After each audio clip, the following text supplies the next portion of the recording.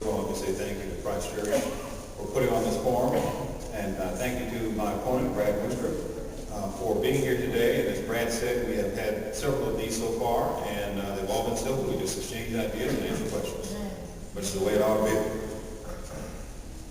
be. I ran for mayor 4 years ago because I felt that the city of Cincinnati needed a new type of leadership. Felt that we needed a leader that really worked to bring people together, to try to build consensus, to get things done, to accomplish particular tasks and goals. And since I've been mayor, we have focused on public safety, we focused on economic development, we focused on revitalizing our neighborhoods, including downtown. We focused on investing in young people. We focused on changing the national and international image of the city of Cincinnati. Let me take you through some of the things that I talked about doing and the things that I have done. I pledged to end the chaotic way we did business at City Hall. We've done that. I also talked about being laser focused with economic development and the creation of jobs. The last 2 years, we've created 3,800 new jobs by attracting new companies to this region and retaining some of the companies who are here and helping them expand. We've engaged the community on public safety. About a month after I was in office, we put forth a 9-point safety plan that called on the community to do a lot of things to help engage the police department so that we were real partners in keeping our community safe. And we have seen a lot of gains. We put into place SERVE, the Cincinnati Initiative to Reduce Violence, which is targeted specifically at reducing group-related homicides. And group-related homicides, since SERVE has been put into place, are down 33%. We focused on investing in young people. We have a job fair, an annual job fair that we do so that young people can be matched up with job opportunities. Last April, there were about 5,000 young people that came through looking for employment. We also have jobs programs that are provided directly through the city of Cincinnati. One is with the Parks Department. There's another with the Recreation Commission. We also have a partnership with Artworks and Mural Works. They paint murals around the city and hire young people to become artists. We also fund the Blueprint for Success, and through all of those programs, we employ over 1,000 young people directly each summer. We have revitalized the core of the city of Cincinnati. Downtown is lively again. Fountain Square is the hub of activity. There are new restaurants and new bars and new clubs all around Fountain Square. And if you come downtown on any day of the night, you will see an awful lot of activity. And for as much progress as we have made, there are still things that we need to do to look beyond where we are right now, which is why we work so hard to get an agreement with the county and the developer to get the Banks project out of the ground. That project is moving, the first phase of which will be completed about this time next year. Partnership with Western Southern to build the Great American Building, which will be Cincinnati's the tallest building, I should say, in the city of Cincinnati. But we've got to take our progress to the next level.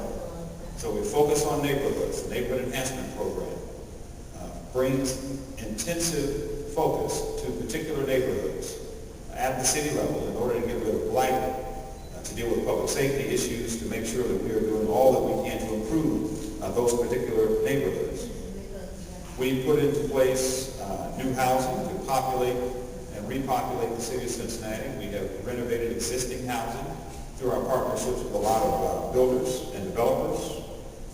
We put into place strategic economic development investment like Shop 52. It's going to be one of those held this Saturday.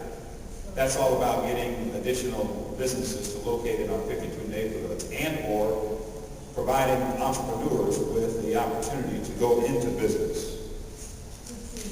We have changed the national image of the city of Cincinnati by attracting major conventions to the city like the NAACP, the Baptist Convention, the FOP Convention, LULAC, the Shriners Convention, which was just announced, the World Choir Games, which will bring 20,000 people to the city and have an economic impact of $14 million. We're now able to beat out cities for convention business like Philadelphia, Phoenix, Las Vegas, and Dallas and Chicago. We are doing all that we can to change our national and international image. We focus on Over the Rhine, because that is a neighborhood that is a jewel of the city of Cincinnati. And in our partnership with 3CDC, we've developed and redeveloped hundreds of new housing units in the area. New businesses have come into the area. There is a new sense of enthusiasm about the area itself. We are working to redevelop Washington Park and to build a parking garage in one corner of Washington Park to further our economic development opportunities there. We have got to really jumpstart and solidify the progress that we've made in the city of Cincinnati. And I think one of the best ways to do that is through economic development investment. I'm talking about the streetcar. We need to invest in building a modern streetcar system that begins in the core of the city of Cincinnati and is expanded from there. Outdoor Magazine recently listed their top 10 cities in the nation. Cincinnati was one of them. All of the cities in their top 10 list either have a streetcar system, they are developing a streetcar system, or they're planning to develop a streetcar system. We're working with the state of Ohio and the federal government to develop passenger rail between Cincinnati, Columbus, and Cleveland. We eventually want to develop light rail in this region as well.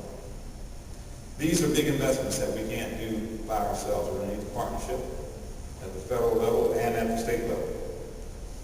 We are going to be asking for some of our money back. We send a lot of money to the state in the form of taxes and the federal government. We're asking for some of that money back. It's our money. And we want some of it back to continue to build our community. Bottom line here is progress. Are we going to make progress? Are we going to continue to make progress? Or are we going to go backwards? This is an issue of leadership and ability. To be able to provide the kind of leadership that brings people together, builds consensus, gets things done. Having the vision to move this city and this region forward. Having the real understanding about what it takes to be mayor on a day-to-day basis. I believe that we have a long list of accomplishments over the last 4 years. That's why I'm running for re-election, because I want to continue that progress over the next 4 years.